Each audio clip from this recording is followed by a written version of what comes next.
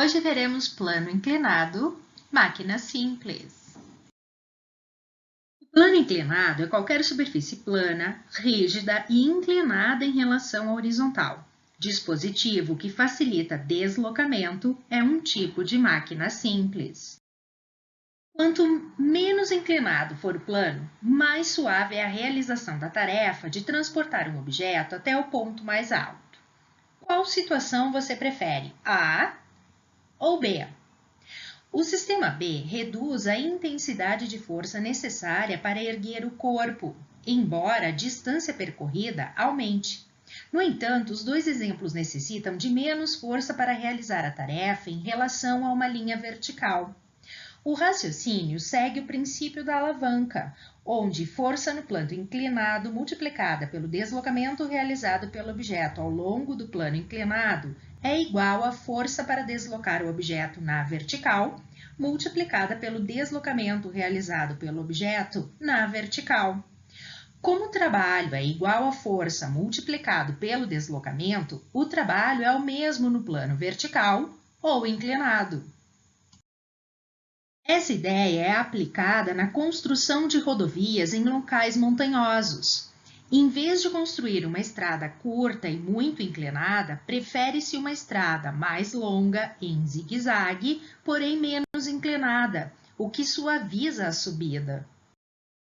Cerca de 15% da população brasileira possui mobilidade reduzida temporária ou permanente. A normativa de 1994, atualizada em 2004 e 2015, estabelece critérios e parâmetros técnicos às condições de acessibilidade. Assim, é possível verificar certos locais em que há duas opções para se deslocar de um patamar a outro mais elevado.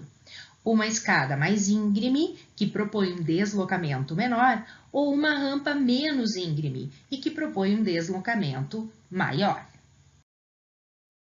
Segundo as normas para a criação de rampas de acessibilidade, para cada 30 centímetros ou 0,3 metros de altura, constrói-se uma rampa de 3,5 metros. Considere uma pessoa empurrando um cadeirante com peso P igual a 700 newtons, pessoa com deficiência física mais cadeira de rodas, em uma dessas rampas. Qual a intensidade de força que deve ser aplicada ao empurrar a pessoa com deficiência ao longo da rampa? Força aplicada na inclinação vezes o deslocamento na inclinação é igual à força na vertical vezes o deslocamento na vertical. Substituindo os valores que temos no texto,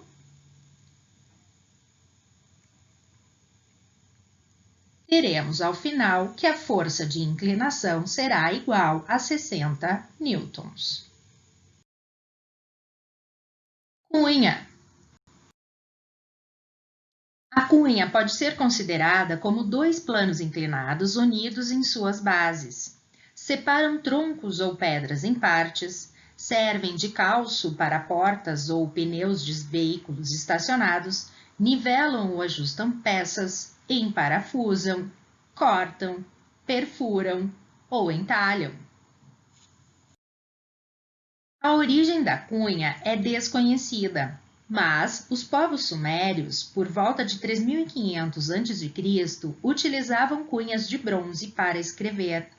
Conhecida como escrita cuneiforme, a mais antiga conhecida, os símbolos eram entalhados em tabuletas de argila úmida, levadas ao forno para preservar as informações pertinentes nelas contidas. Parafuso. Parafuso pode ser entendido como um plano inclinado enrolado sobre si mesmo. Se cortarmos um pedaço de papel na forma de triângulo, representando um plano inclinado, e o enrolamos em um lápis, como na figura, teremos a ideia de como é o formato de um parafuso, como se fosse uma minúscula rampa em caracol. Máquina simples que permite modificar a direção de atuação de uma força, facilitando a tarefa, como no caso de saca-rolhas, roscas de frascos diversos ou de lâmpadas. Ao usarmos uma chave Phillips, a força que aplicamos para fazer girar o parafuso acaba sendo, em parte, usada para fazê-lo penetrar no material. A força aplicada para girar o parafuso promove a força vertical que faz com que o parafuso penetre na superfície onde é colocado.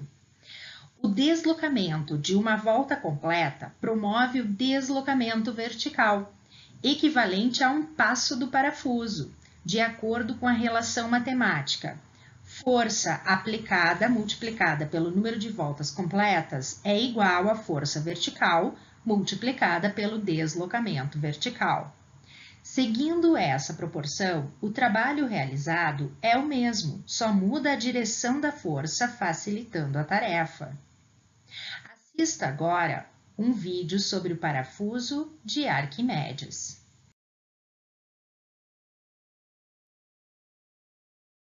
Fala galera, mais um vídeo do canal da SMAC e hoje vou falar sobre o parafuso de Arquimedes. Arquimedes foi uma das grandes mentes da história da humanidade e vale um vídeo inteiro falando só dele, mas hoje eu vou falar sobre um dos inventos atribuídos a essa figura, que é o parafuso de Arquimedes. Essa invenção data de por volta de 250 a.C. e há aplicações que ainda tornam esse mecanismo útil até os dias de hoje, e é isso que nós vamos ver nesse vídeo.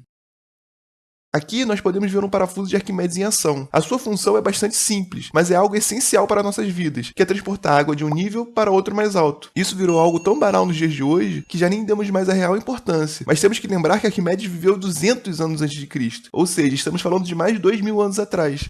Esse tipo de mecanismo foi vital tanto para o desenvolvimento da agricultura quanto para operações de drenagem de terrenos alagados. Agora vamos ver como esse mecanismo funciona. O parafuso de Arquimedes nada mais é do que uma rosca helicoidal coberta por uma tubulação bem justa e inclinada. O movimento circular da rosca helicoidal faz com que a água suba a cada rotação. A tubulação que fica em volta da rosca impede que haja retorno do fluido caso a rotação pare. Antigamente, o acionamento tanto podia ser feito manualmente como com o uso de animais. Hoje em dia, nas aplicações que ainda são usadas, pode ser utilizado motores para a rotação do eixo. Isso permite até que haja um parafuso sem tubulação em volta, pois como os motores são capazes de girar as hélices a uma velocidade constante, não há necessidade de parar para descanso.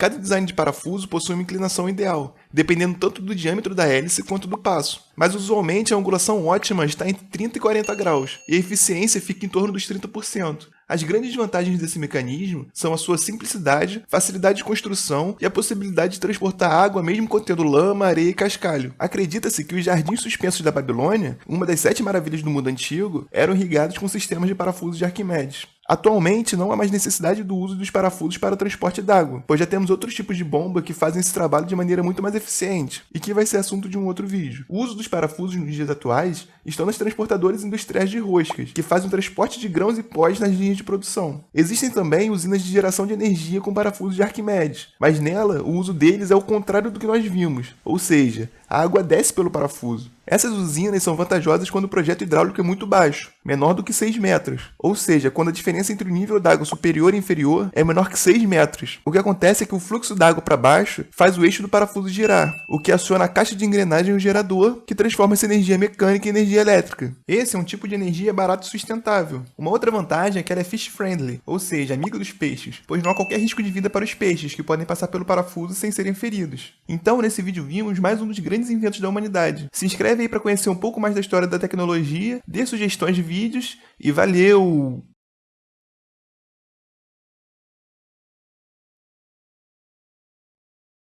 Até a próxima!